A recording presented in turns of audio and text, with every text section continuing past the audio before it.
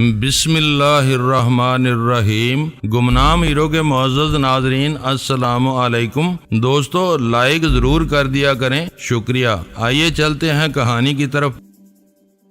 मैंने इससे रब्ता किया तो वो फट पड़ा और रुके बगैर बहुत कुछ बताता चला गया। जो रह गया था वो मैंने मोहन हाउस पहुंचने के बाद इसकी जुबान से सुन लिया। वो मुझसे लान पर बातें करता रहा। अव्वल खान पहुंचा तो वो हम दोनों को अपने साथ ऊपर वाली मंजिल पर ले गया। रवि इस वक्त भी मुसर था कि इसके भाई की इल्जाम तराशी के बारे में मारवती से कोई बात न की जाए। मजहर जी, तुम खुद गवाह हो कि इस रोज मारवती मेरी माफी के बारे में तुमसे मिलने और बातें तय करने के लिए होटल गई थी। रवि बहुत जज्बाती अंदाज में मुझसे कह रहा था, बाया जी को सर पैर का कुछ इल्म नहीं था, बस इन्होंने मारवती पर इल्जाम लगा दिया। तुम बता रहे हो कि बाया जी ने लिखा था कि वो बातें मारवती ने खुद इसे इंटरकॉम पर बताई थी। अव्वल खान ने कमजोर लहजे में निशानदही की। मेरी फोन कॉल के नतीजे में वो पुलिस की आमद से पहले मोहन हाउस पहुंच चुका था। मैंने रवि के घर से जरा दूर उतरकर गजाला को गाड़ी समेत घर की तरफ रवाना कर दिया, क्योंकि इसका गैर जरूरी तौर पर किसी की नजरों में आना मुनासिब नहीं था। मैं मारवती को ये सब बताना भी शर्मनाक समझता हूँ। रवि ने जोर देकर कहा, भाभी को मेरे और इसकी शादी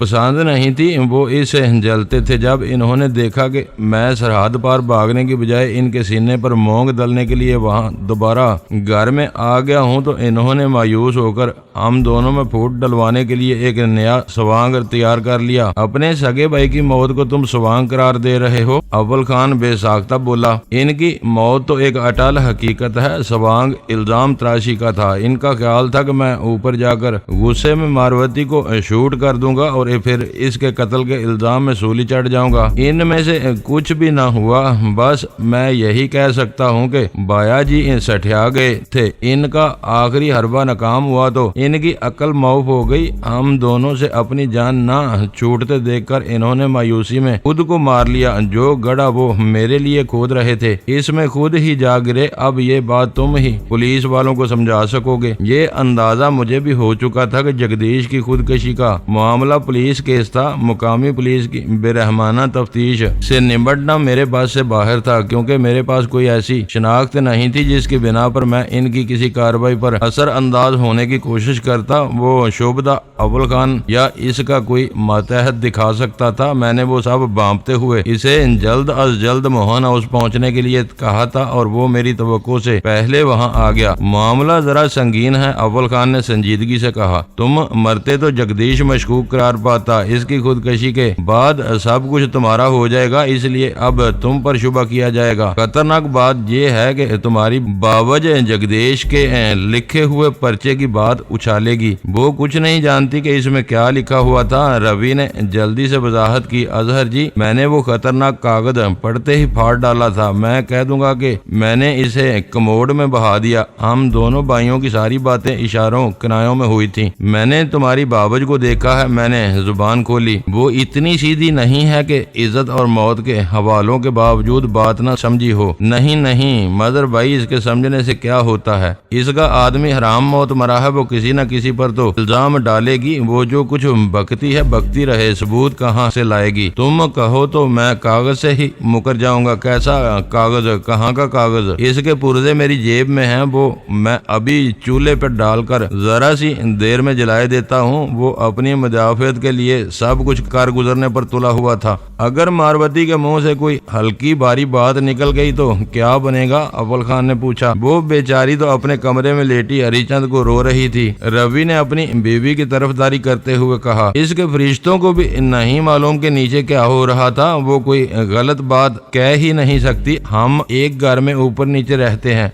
दिन भर में 20 दफा इंटरकॉम पर बात होती है। बोलने और सुनने वाले के सिवा तीसरे को कुछ मालूम नहीं होता कि क्या बातें हुई हैं। जब के तुम दोनों मेरे साथ हो, मेरी बाबज की बातों पर कोई कान नहीं धरेगा। हम दोनों तुम्हारे साथ हैं, अव्वल खान ने नरमी से कहा। लेकिन ये साथ हर जगह काम नहीं आ सकता। हमने जिस मामले में तुम्हारे पूरे तहफ़्फ़ुज़ का यकीन दिलाया था, इस बारे में कोई तुम्हें मुलव्वस नहीं करेगा। तुम्हारे नए और घरेलू मसाइल इस यकीन दहानी में शामिल नहीं थे। ओह अजहर जी, ये क्या कह दिया तुमने? रवि ने फौरन ही एतराज जड़ दिया। मैंने तुम्हें कृष्ण कुमार के बारे में बता दिया था। वहाँ मारवती का वादा पूरा हो गया और मैं आजाद हो गया। फिर भी मैंने हरिचंद को पकड़वाने में तुम्हारा पूरा साथ दिया। तुमको भी मेरा साथ देना चाहिए। आड़े वक्त में मुझे यूं अकेला न छोड़ो। हैदराबाद से वापसी के सफर में मैं देख चुका हूँ कि पुलिस वाले तुम्हारा कैसा लिहाज करते हैं। अव्वल खान ने मानीखेज नजरों से मेरी तरफ देखा और मैंने जवाब दिया, हम तुम्हें तनहा नहीं छोड़ रहे, अब भी तुम्हारा साथ देंगे, लेकिन कहीं ना कहीं हमें भी कोई मजबूरी पेश आ सकती है। मतलब ये कि अब ये देख लो कि मेरे घर में जो कुछ हुआ वो मेरी वजह से नहीं हुआ। रवि ने अपनी जगह पहलू बदलते हुए कहा, बाया जी को मारवती पर इल्जाम तराशी का मौका यूं मिला कि वो तुमसे मिलने गई थी। ना जाती तो कुछ भी ना हुआ होता। अभी तुमने कहा था कि बाया जी अपने ही खोदे हुए गड्ढे में जा गिरा। मुझे खामोश पाकर अव्वल खान ने बात जारी रखी, इसने खुदकशी ना की होती तो वो कहीं ना कहीं तुम्हें फंसवा देता। इस दुश्मनी का मारवती के जाने या ना जाने से कोई ताल्लुक नहीं था। इस दौरान में मेरी तवज्जो किसी और तरफ मबजूल हो चुकी थी। घर के निचले हिस्से में कोहराम बरपा था। सब लोग ऊपर वाली मंजिल को भूले हुए थे, मगर मेरी छठी इसने अचानक ही मुझे खबरदार किया था। मुझे शुबा हुआ था कि कोई कमरे के बाहर छुपकर हमारे दरमियान होने वाली गुफ्तगू सुन रहा था। मेरा वो एहसास चंद ही लम्हों में इस कदर तवाना हो गया कि मैं अव्वल खान की बात मुकम्मल होते ही अपनी जगह छोड़े बगैर इस नादीदा शख्स को ललकार बैठा, बाहर कौन है, सामने आओ। मेरी करख्त आवाज पर वो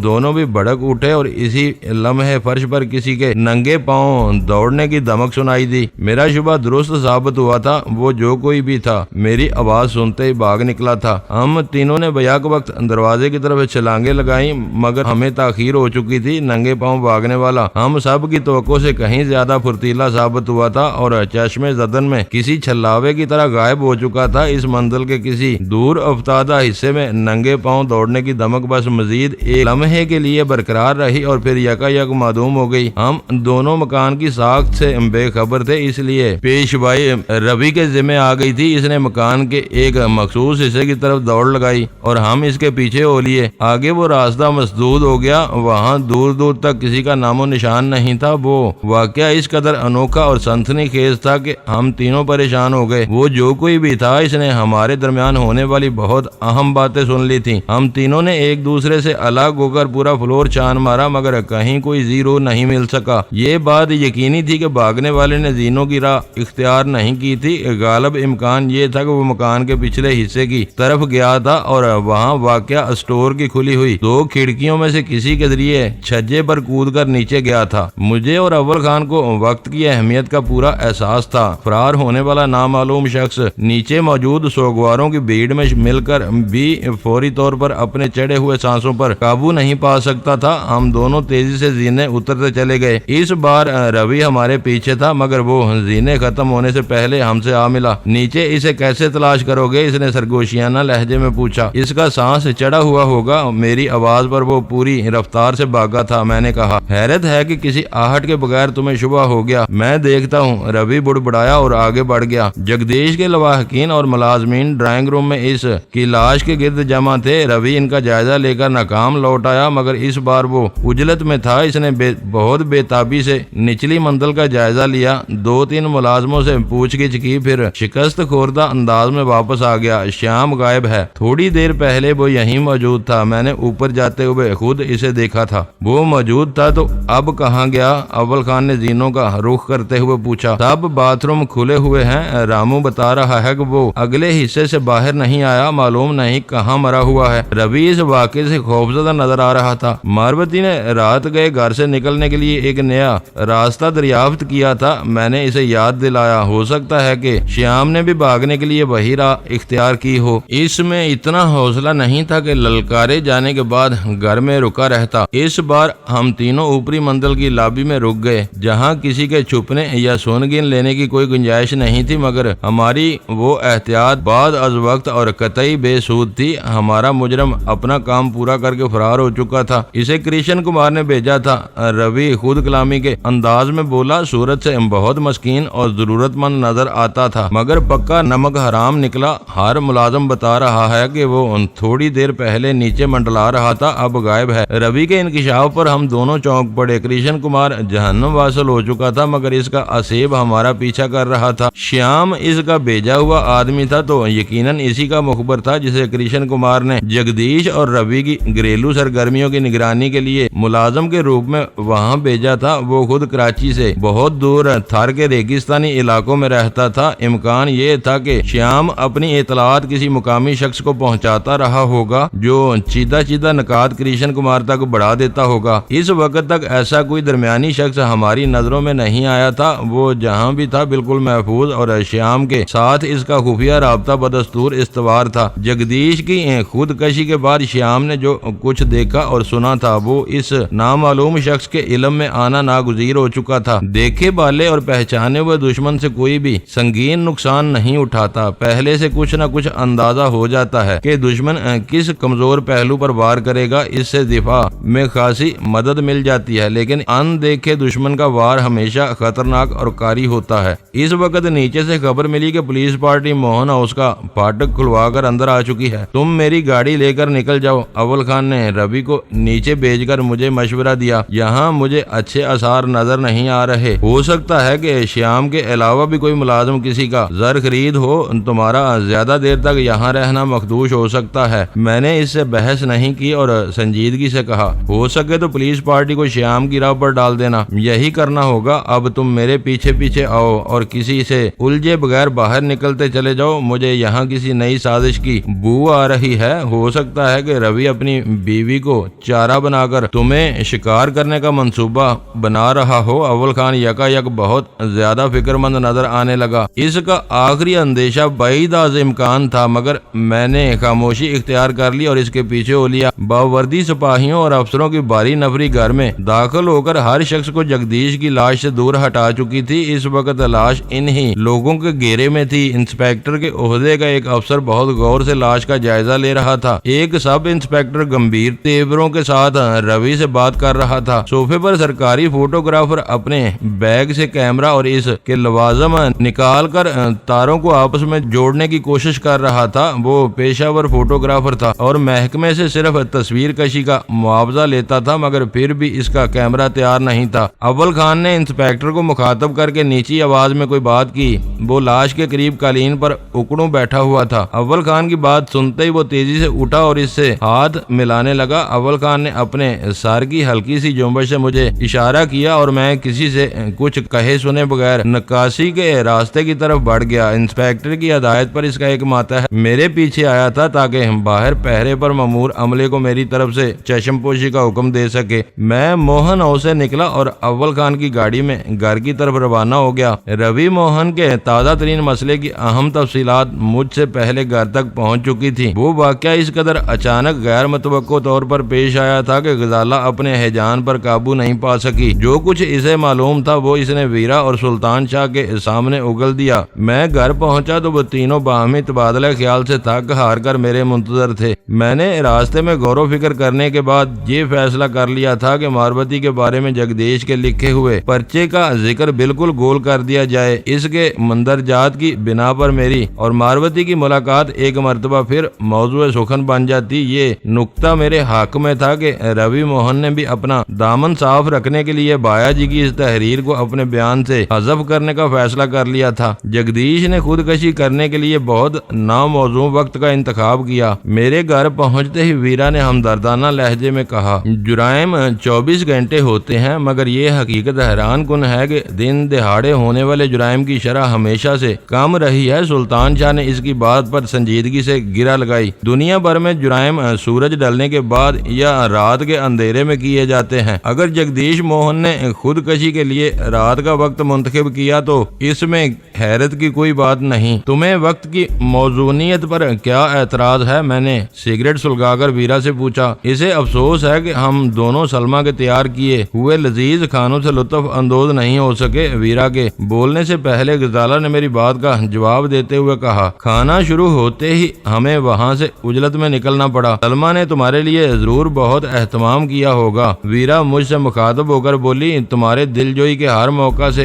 फायदा उठाती है। खराफात को छोड़ो, सुल्तान शाह ने इसे घूर कर कहा और मुझसे पूछा, जगदीश को खुदकशी की जरूरत क्यों पेश आ गई? मैं सर खपाकर लौट आया। अब पुलिस वाले यही दरियाफ्त करने की कोशिश कर रहे होंगे। मैंने मैंने खुश दिली से जवाब दिया, बज़ाहिर वो किसी घरेलू तनाज़े का संगीन अंजाम नजर आता है। वो रवि और मारवती के लक्षणों से खुश नहीं था, इसे खुश होना भी नहीं चाहिए था। वीरा ने बर्जिस्ता कहा, रात के 2 बजे घर की दीवारें फांद कर भागने वाली औरत को कोई शरीफ आदमी खुशी से बर्दाश्त नहीं कर सकता। ना मालूम इसने रवि को कितने उल्लुओं का गोश्त खिलाया हुआ है कि इसने अपनी बीवी को बेरा रवि की तरफ से अपनी आंखें बिल्कुल बंद की हुई हैं। मारवती किसी इज्जतदार घराने की बहू बनने के काबिल नहीं है। तुम दोनों यहाँ से हवाखोरी के इरादे से गए थे, सुल्तान शाह को अचानक ख्याल आ गया, फिर तुम जहांगीर के घर कैसे पहुँच गए? बस साहिल की तरफ जाते जाते रास्ते में रुक गए। गजाला ने हंसकर कहा, इन्हें कुछ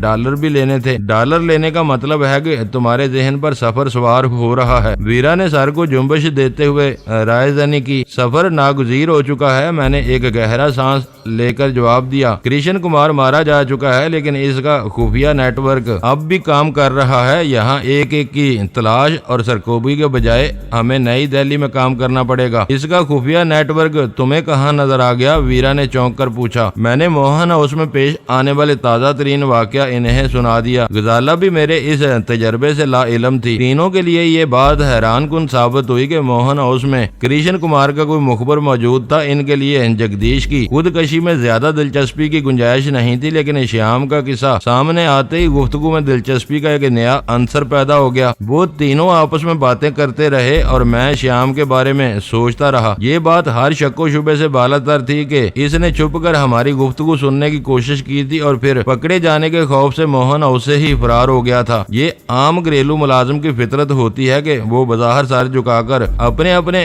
काम में लगे हुए नजर आते हैं, लेकिन फितरी तजस्सुस के तहत अपने मालकान की निजी गुफ्तगू पर कान लगाए रहते हैं। जब वो काम से फारग होकर फुर्सत से बैठते हैं तो घरों में होने वाली बाहमी नोक-झोंक और फिक्रेबाजियों को दोहराकर अपनी अपनी मालूमात का इजहार जरूरी समझते हैं। श्याम की हरकत इस जिम्रे से खारिज थी। इसने रवा रवि में सुनगिन लेने के बजाय साजिशी अंदाज में बातें सुनने की कोशिश की थी। सवाल ये पैदा होता था कि इस साजिश में कौन इसकी पुश्तपनाही कर रहा था। कृष्ण कुमार ने इसे मोहन हाउस में मुलाजमत जरूर दिलवाई थी और शायद इसे मुखबरी की बराह रास्त हदायत भी दी हो, लेकिन कृष्ण कुमार के लिए बराह रास्त श्याम से राब्ता बरकरार रखना इसके लिए नामुमकिन था। श्याम यकीनी तौर पर किसी और से राब्ते में था। ये मुमकिन नहीं था कि वो कृष्ण कुमार की मौत से बेखबर रहा हो। इसके बारे में अखबारात में इतना कुछ छापा गया था कि इसकी बाज़गश्त अनपढ़ लोगों में भी पहुंचनी चाहिए थी। इसके मर जाने के बाद श्याम की मुजरमाना सरगर्मियों का सिलसिला मौकूफ नहीं हुआ था। वो मोहन हाउस में अपने काम पर मुस्तैद था, मगर सवाल वही था कि वो किसके लिए काम कर रहा था। कृष्ण कुमार की सरकोबी की मुहिम पर काम करते हुए हमारे सामने 2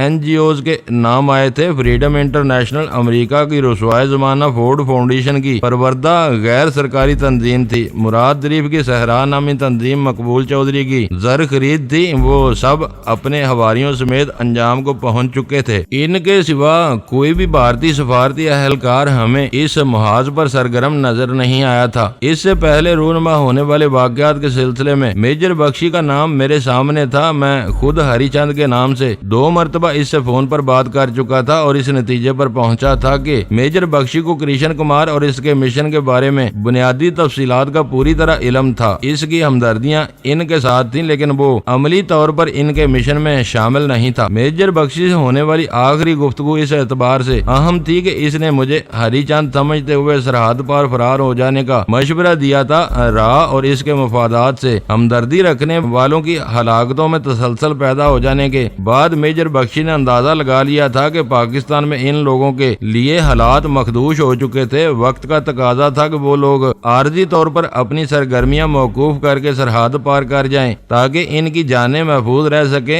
हालात बेहतर हो जाने पर वो दोबारा पाकिस्तान आकर अपनी कार्रवाइयों का आगाज कर सकते थे। वो मेजर बख्शी का मशवरा था। वो कोई हदायत देने की पोजीशन में नहीं था। ले देकर बस इसी का नाम मेरे जहन में चकराता रहा। अपनी सरकारी हैसियत में वो इतना बाखबर जरूर था कि मेरी जुबान से अनिल बसवास का नाम सुनते ही चौंक पड़ा था। नादानिस्तगी में इसने ये उगल दिया था कि अनिल बसवास एक बड़े ओहदे पर फायज था। मेजर बख्शी को इसके बारे में मेरा लबो लहजा पसंद नहीं आया था। एक तरफ मुझे इससे कोई सुराग मिलने की उम्मीद नहीं थी, दूसरी तरफ मैं इससे मजीद एक और राब्ते के बारे में सोच रहा था। मुझे ये ये अंदेशा रोक रहा था कि इस वक्त तक हरीचंद की मौत का राज फाश हो चुका होगा। कराची के किसी हिस्से में पाई जाने वाली हरीचंद की लाश की हालत से पहली ही नजर में ये निशानदही हो सकती थी कि वो किसी हादसे का शिकार हुआ होगा और लाश मिलने के चंद घंटों बाद ही ये मालूम हो जाना चाहिए था कि वही कौमी शाहराह के हादसे का गुमशुदा जख्मी था जिसे किसी लावारिस की तरह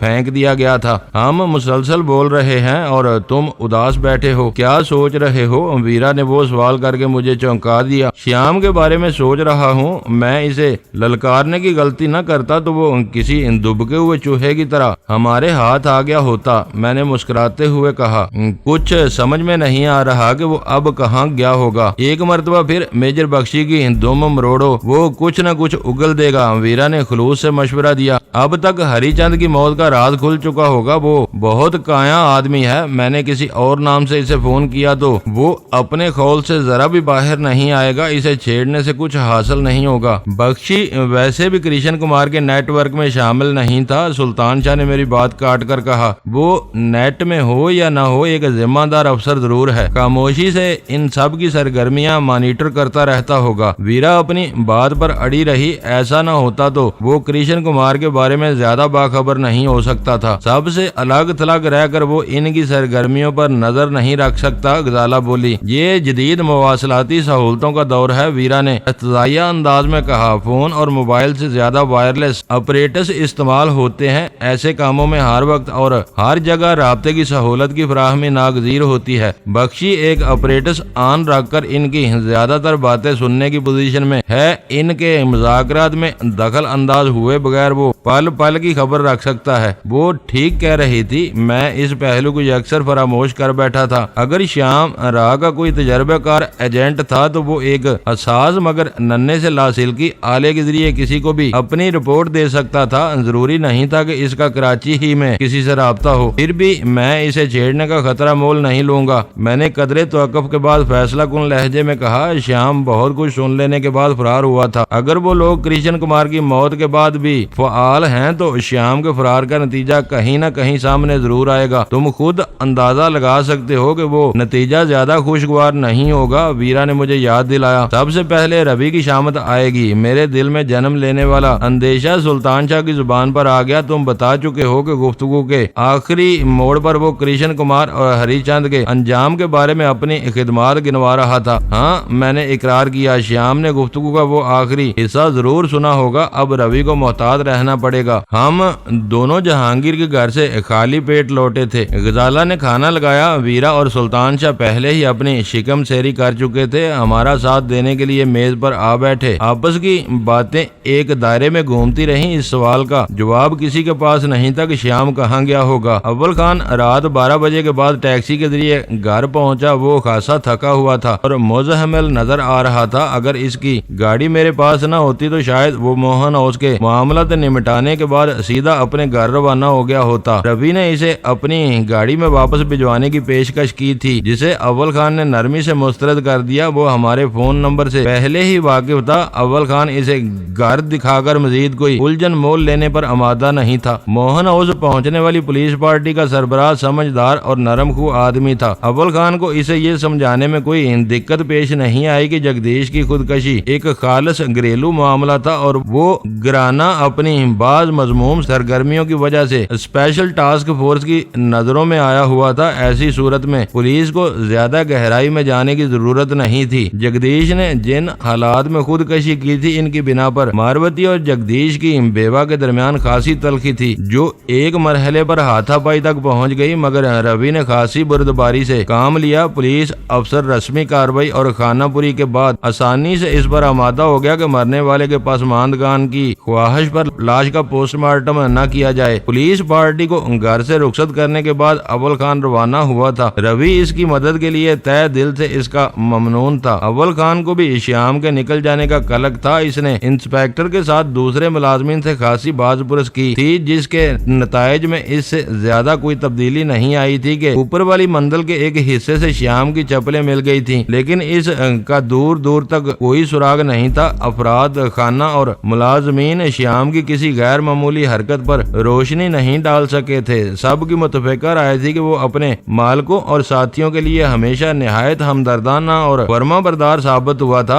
इसके अचानक गायब हो जाने पर सब हैरान थे। अव्वल खान ज्यादा देर तक रुकने के मूड में नहीं था, लेकिन जब इसे श्याम के बारे में हमारे कायम किए हुए नजरियात का इल्म हुआ तो इसने पूरी यकीन लहजे में कहा, तुम ये सब बातें करते हुए हरिचंद के इकबाली बयान को भूल रहे हो। इसने साफ और वाज़े अल्फाज में कहा था कि अंदरूने सिंध कृष्ण कुमार का अपना कोई ग्रोह नहीं था। वो अपना हर काम मुराद शरीफ की सहरा नामी NGO से लेता था। ये सब के तजर्बात की बात है कि कृष्ण कुमार हर कीमत पर मुराद शरीफ को आजाद कराने के लिए बिलबिलाया हुआ था और वो अपनी इसी कोशिश में कैफरे किरदार तक पहुंचा था। अव्वल खान ने हरिचंद के कहे हुए अल्फाज दोहराकर पूरा मंजरनामा बदल कर रख दिया। इसके बयान की रोशनी में श्याम की रपोशी किसी बड़े खतरे का पेशगामा बनने की बजाय एक मुदाफियाना इकदाम में बदल कर रह गई थी। फिर भी इसका तलाश किया जाना जरूरी है। कृष्ण कुमार का हमदर्द हमारा दोस्त नहीं हो सकता, मैंने कहा। इससे मुझे जरा भी इख्तलाफ नहीं, इसे जिंदा निकलना ही नहीं चाहिए था। अव्वल खान बोला, जाते हुए अपने दोनों तोहफों को वापस लेते जाना। अव्वल खान को वापसी के लिए पर तोलते देखकर वीरा ने हाँक लगाई। तोहफे? अव्वल खान ने हैरत से दोहराया, मैंने तुम्हें तोहफे कब दिए थे? मैं इन दोनों की बात कर रही थी जो छत पर मुकीम है। वो अपनी जुबान से पानी तक नहीं मांगते, हर वक्त इनकी जरूरत का ख्याल रखना पड़ता है। वीरा ने अपने मजाक की वजाहत करते हुए जवाब दिया, किसी भी वक्त जहन चूक गया तो वो भूखे प्यासे रह जाएंगे। वैसे भी अब इनकी जरूरत नहीं रही। माइक्रो सेंटर की तबाही से ये साबित हो चुका है कि अमरीकी हमारे इस ठिकाने से बेखबर हैं। अव्वल खान की इस्तफामिया नजरें मेरी तरफ उठ गईं। आज रात इन्हें रहने दो, कल मैं इन्हें वापस बुला लूंगा। इनकी वापसी की तजवीज मेरी नहीं, वीरा की थी। मेरे लिए इनकी मौजूदगी इत्मीनान का बायस है। मैंने दिल की बात कह दी, बस तो फिर वो यही ठीक है, इनके बारे में बाद में सोचा जाएगा। अव्वल खान ने यह कहते हुए अपनी जगह छोड़ दी। अव्वल खान वापस चला गया। रात गहरी हो चुकी थी। मैं इन दोनों को ड्राइंग रूम में बैठा छोड़कर अपनी ख्वाबगाह में आ गया। गजाला मेरा मूड समझती थी। इसने खामोशी से मेरी तकलीद की और सीधी गुसलखाने में जा घुसी। शाब ख्वाबी के लिबासों में बिस्तर पर दराज होकर हम दोनों कुछ देर तक बातें करते रहे। फिर मेरी आंख लग गई। रात के गहरे सन्नाटे में खटाक की एक गैर मामूली आहनी आवाज पर मेरी आंख खुल गई और मैं हड़बड़ाकर बिस्तर से उतर गया। मेरे हवास पर नींद पूरी तरह गालिब थी। कोई बात वाज़े तौर पर मेरी समझ में नहीं आ सकी, मगर मुझे ये अंदाजा हो चुका था कि मेरी आंख बिला सबब नहीं खुली थी। मुझे बिस्तर से उतरे लम्हा बार ही गुजरा था कि फिर वही आवाज सुनाई दी। इस बार मुझे बाहर की पुरसकूत फजा में किसी गाड़ी के इंजन की दूर होती हुई आवाज भी आई। इस मर्तबा मुझसे अंदाजे की कोई गलती नहीं हुई। खटके की वो आवाज बे आवाज राइफल से होने वाले फायर का मंतकी नतीजा थी। दोस्तों, वीडियो को लाइक जरूर कर दिया करें। ISI पाक आर्मी जिंदाबाद, पाकिस्तान पाइंदाबाद। मुअज़्ज़ज़ नाज़रीन, अपना ख्याल रखिएगा और अपने इस चैनल का भी शुक्रिया।